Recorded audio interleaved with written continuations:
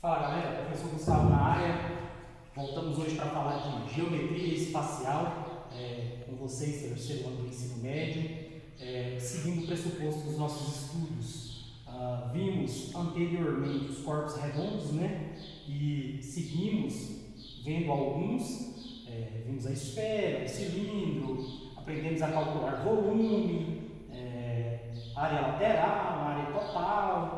E seguimos nesse método de estudo dessas figuras geométricas espaciais. Agora a gente passa a falar do cone, né? O cone, por referência, é uma figura geométrica muito convencional, né? A gente vê muito cone no nosso dia a dia, por exemplo, a casquinha de sorvete que você toma é uma referenciação de cone, entre N figuras que nos representam cone, né, os chapeuzinhos de festa de aniversário de criança, N figuras remetem ao cone. E o cone ele é um sólido de revolução, uma figura sólida de revolução. Por que de revolução? Aquela figura geométrica que dá o 360 graus, que gira. E a base desse cone, a gente por premissa de olhar, a gente enxerga uma circunferência, um círculo, né? Então a base do cone é sempre um círculo. E ele é encontrado, como que eu visualizo, como que eu descobri o cone? O cara pegou um triângulo e começou a girar o triângulo. É como se ao girar esse triângulo de volta de 360 graus, eu demarcasse no espaço regiões formadas pelos segmentos de retas ali perpendiculares e que formam as laterais desse triângulo, ficassem demarcadas para cada região que eu passasse, né? Eu fizesse isso e onde eu passasse, ficasse demarcado um segmento de reta lateral desse cone. Então, a partir da teoria da rotação do triângulo, que eu consegui desenvolver a figura geométrica conhecida como um cone, né? E a gente tem por premissa o cone reto e o cone oblíquo. Primeiro a gente vai hoje trabalhar com o cone reto, né? Vamos separar para ficar mais simples. O que é o cone reto? O cone reto é uma figura perfeita, né? Alinhada, onde ele tem uma extremidade vértice, que está a uma distância qualquer, uma distância específica da base, do centro da base, né? Então é como se você tivesse um ponto aqui, chamasse de vértice, ele está a uma distância H qualquer do centro da base, que é uma circunferência, certo? E essa circunferência que forma a base tem uma medida de raio R qualquer, certo? Tem uma medida de raio R qualquer.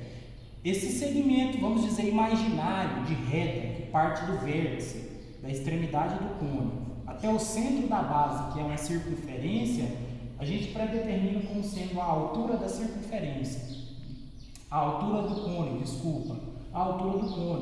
E os segmentos de retas que partem do vértice e tocam as extremidades diferente da minha circunferência, que forma a base desse cone, a gente chama de geratriz, por isso representado aqui pela letra G, que é a G de geratriz. Então você tem aqui duas geratrizes, né? Essas duas geratrizes são proporcionais ou congruentes ao segmento de reta que a gente chama de H, a altura que parte do vértice até o centro da circunferência. Ou seja, são medidas iguais. São medidas iguais na perspectiva de valores métricos mesmo, beleza? Por consonância, o cone ele tem por perspectiva algumas análises. E que análises são essas? Como ele é uma figura formada por um círculo, uma figura formada geometricamente espacial, por ser um sólido espacial de revolução, a gente pode, por perspectiva, calcular algumas coisas específicas nesse cone. Que coisas são essas? Primeiro, a gente pode calcular volume do cone. O que é o volume? É a capacidade de preenchimento. Por exemplo, pense na casquinha de sorvete, né? Qual que é o volume de uma casquinha de sorvete específica na qual você compra o sorvete lá, né? Qual que é o volume dela? O volume dela é a capacidade de preenchimento, de quantidade de sorvete que pode ser suficiente para preencher aquele espaço interno da casquinha. Curiosidade para vocês, merchandising histórica. O McDonald's, quando ele começou, há 20 e poucos anos atrás nos Estados Unidos, ainda não era uma rede de franquias. Um dos âmbitos de pensamento do proprietário da rede McDonald's em vender, além do hambúrguer, do alimento em si, vender experiências. E entre essas experiências, ele entendeu que a sobremesa tinha que ser um acompanhamento diretamente ligado à refeição principal, que poucas empresas praticavam no ramo alimentício até então. Então ele pegou e criou lá o sorvete do McDonald's e depois de um tempo criou-se a casquinha. Já num período evoluído, já há pouco tempo, eles criaram a casquinha do McDonald's e pensaram na perspectiva de como eles ofereceriam um produto de qualidade, né, de alta qualidade, com características específicas da marca, porém que desse retorno, desse lucro, né? Porque ninguém vive sem ter lucro, né? Ninguém presta trabalho social, filantrópico.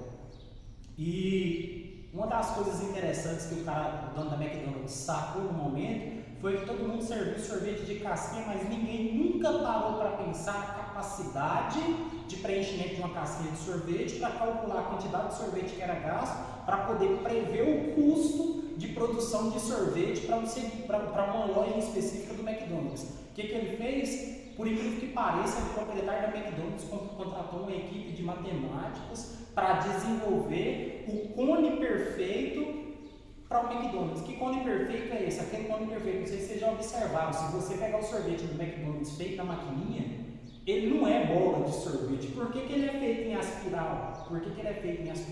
Porque ele dá, os matemáticos desenvolveram os cálculos, estudaram e observaram que ao desenvolver o preenchimento em aspiral, você ocupa mais espaço sem consumir muito volume. Então assim, se você pega uma casquinha do McDonald's feita em aspiral na maquininha e pega uma casquinha de sorvete de uma sorveteria convencional que serve em bola e completa essa casquinha em bola, se você calcular o volume de sorvete da casquinha convencional em bola e o volume de sorvete da casquinha do McDonald's, vocês vão ver que o sorvete gasto na casquinha do McDonald's é menor, questão de volume, que a de bola. Então assim, ele mudou o conceito de servir sorvete, que até então a gente estava acostumado com sorveterias que serviam aquele sorvete em bola, aí surgiram as máquinas, né? Então assim, ela dá a intuição de que ela é mais sorvete, mas na verdade ela é menos sorvete do que a bola. Eles fizeram esse cálculo para vocês entenderem um pouco assim, a relação de utilização da matemática e do cone. Eu gosto muito da figura geométrica do cone, acho que das espaciais é a menos chata de se estudar, né? É mais interessante, tem N histórias sobre isso. Para quem não assistiu o filme da história quando surgiu McDonald's, pode assistir, um filme empreendedor sensacional, lá conta essa história.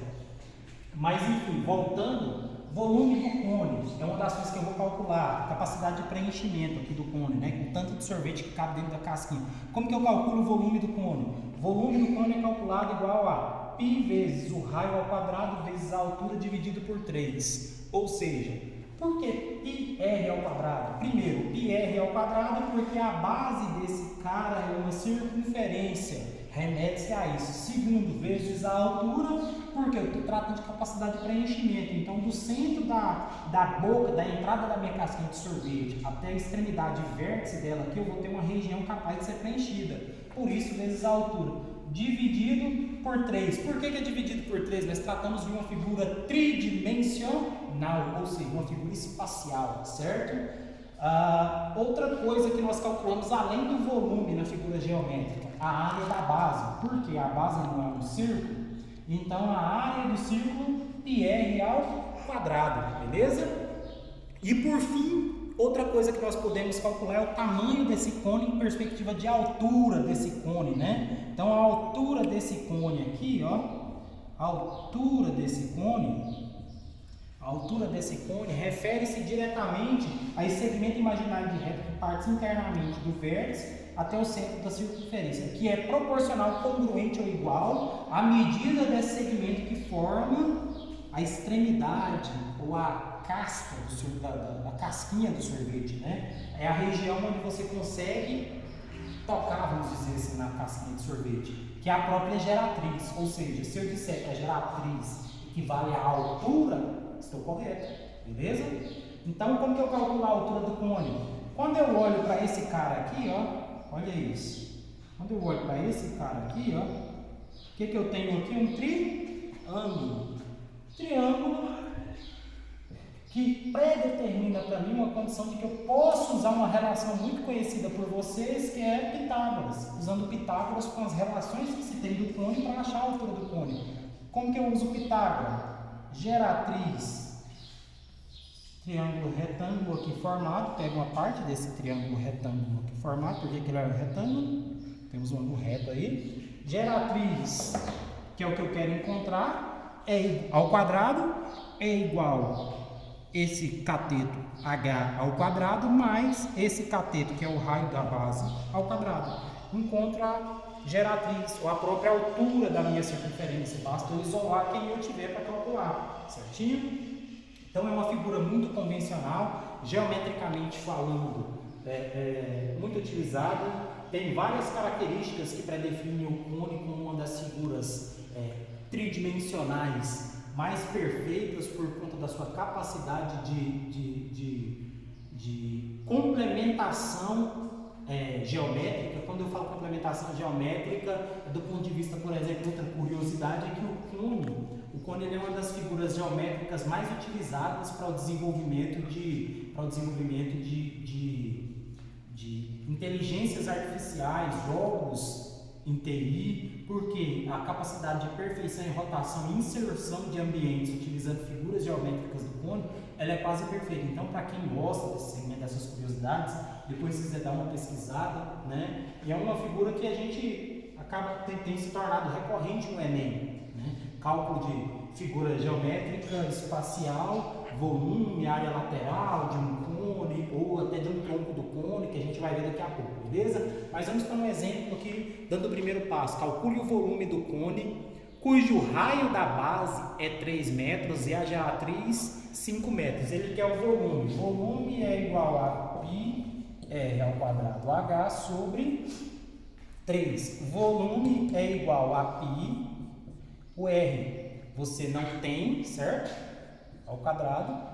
E você não tem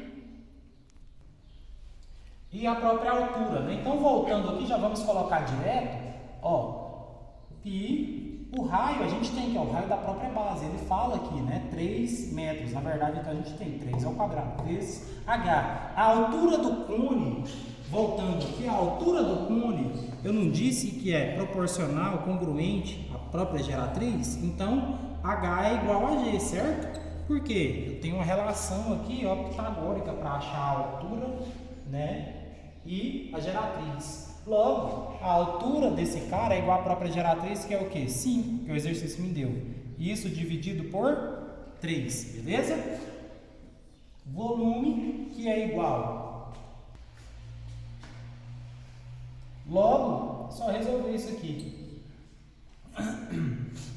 3 ao quadrado, 9 dividido por 3 vai dar 3, certo?